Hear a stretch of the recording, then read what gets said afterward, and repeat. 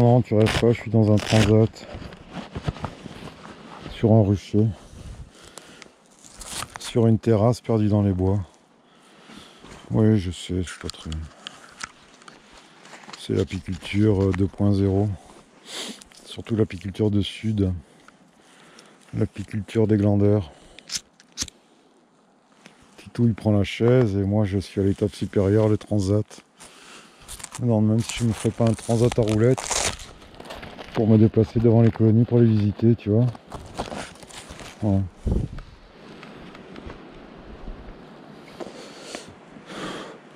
Non, c'est une journée où j'ai pas envie de bosser, en même temps ça tombe bien.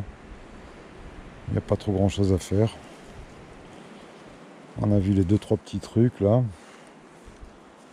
qui peuvent être intéressants pour tout le monde, le reste. Je sais pas te raconter la messe. Hein. Il y a un bouquin, s'il tient, pour ceux qui sont en 2e année d'apiculture, là, ou en 3e, ou qui ne le connaissent pas, c'est être performant en apiculture. Je crois que c'est de Henri Guéria, il me semble. Et c'est un bouquin que j'ai acheté il n'y a pas tellement longtemps, enfin il y a quelques années quand même, mais parce que le titre ne m'a pas attiré, être performant en apiculture. C'est pas ce que je recherche, la performance en apiculture si tu veux, donc je l'avais pas acheté et c'est un tort parce que c'est un super bouquin. T'as pas mal de techniques apicoles, c'est pas trop pour les débutants encore que, mais vraiment bien. Voilà, c'est pas un livre indispensable. Hein. D'ailleurs, si vous avez d'autres livres, j'en ai pas mal, hein, j'en ai, sans mentir, pas loin d'une trentaine. Il y en a quelques-uns que je voudrais encore m'offrir, mais qui sont chéros, des beaux bouquins de photos d'abeilles, là, enfin quelques trucs plus plaisir de l'œil qu'apprentissage à l'apiculture, on va dire. Et ouais, si vous voulez un petit peu vous perfectionner, il est bien ce bouquin, être performant en apiculture. Voilà. C'est tout ce que j'avais à vous dire. C'est déjà pas mal, non? Bon, la météo ici, nous, dans le sud-est, pour la semaine prochaine, bah beau. Beau, les températures remontent, ensoleillé, on a eu, ouais, depuis mes dernières ouvertures, on va dire, du 22. Franchement, pas terrible. Pas terrible, mais ça a baissé un peu la pression dans les colonies, parce que là, ça partait un peu en sucette. Avec ce mois de février doux, c'est parti en flèche. Là, ça a régulé, j'avais pas fermé les fonds, donc en plus ça a été bien parce qu'elles m'ont bouffé du miel et dans ce miel, malgré tout, en hivernage, il y avait eu en moyenne 4 kilos de sirop de nourrissement. Alors tu vas me dire, dans les 40 kilos de la caisse, c'est pas grand chose, mais si je peux l'éviter, je l'évite. Après, il faut pas être non plus débile au point de se dire je recherche un miel hyper pur sans le moindre gramme de sucre et risquer de faire crever les colonies. Hein. C'est toujours un équilibre. Hein. Et moi, la santé des abeilles, la survie et la santé, ça passe avant tout. Alors, c'est pour ça que je récolte jamais vraiment tout. Hein. Déjà, quand tu récoltes une hausse, tu en laisses toujours une dessus. Histoire que si tu te chopes un retour de froid, une semaine de pluie, voire plus,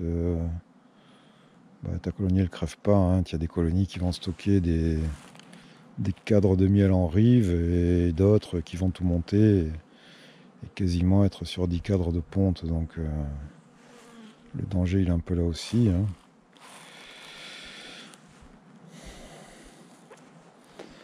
C'est pas si simple l'apiculture, c'est ce qui en fait son intérêt. Hein. C'est que quand tu es apiculteur, plus ou moins tu cogites un petit peu tout le temps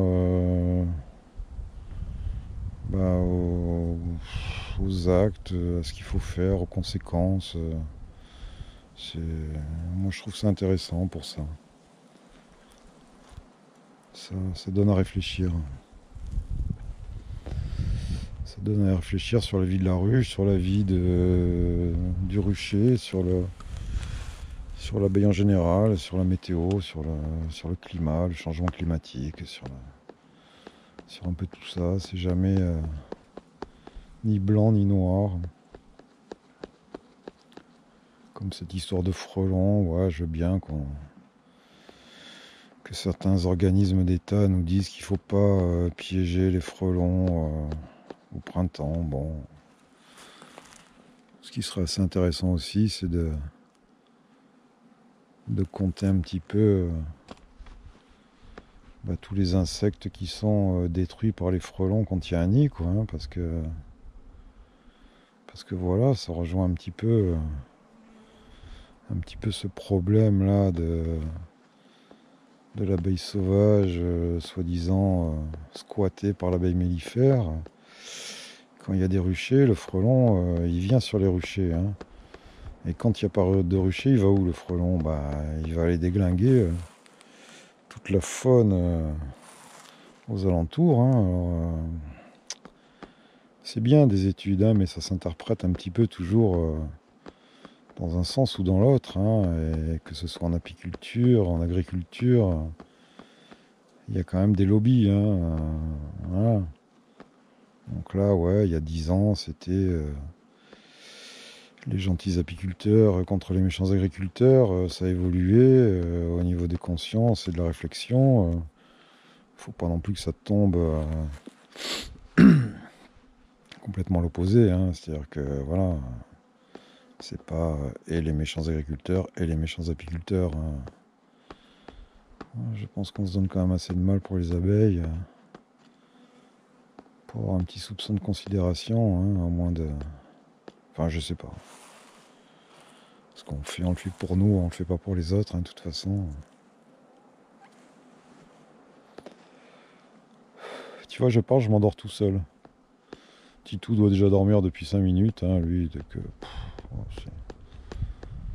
en plus avec les cachets, le pauvre. Pauvre Titou.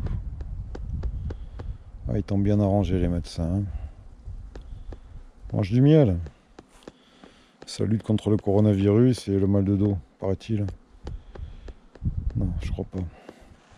Bon, allez. On va aller savoir cette division chaotique là.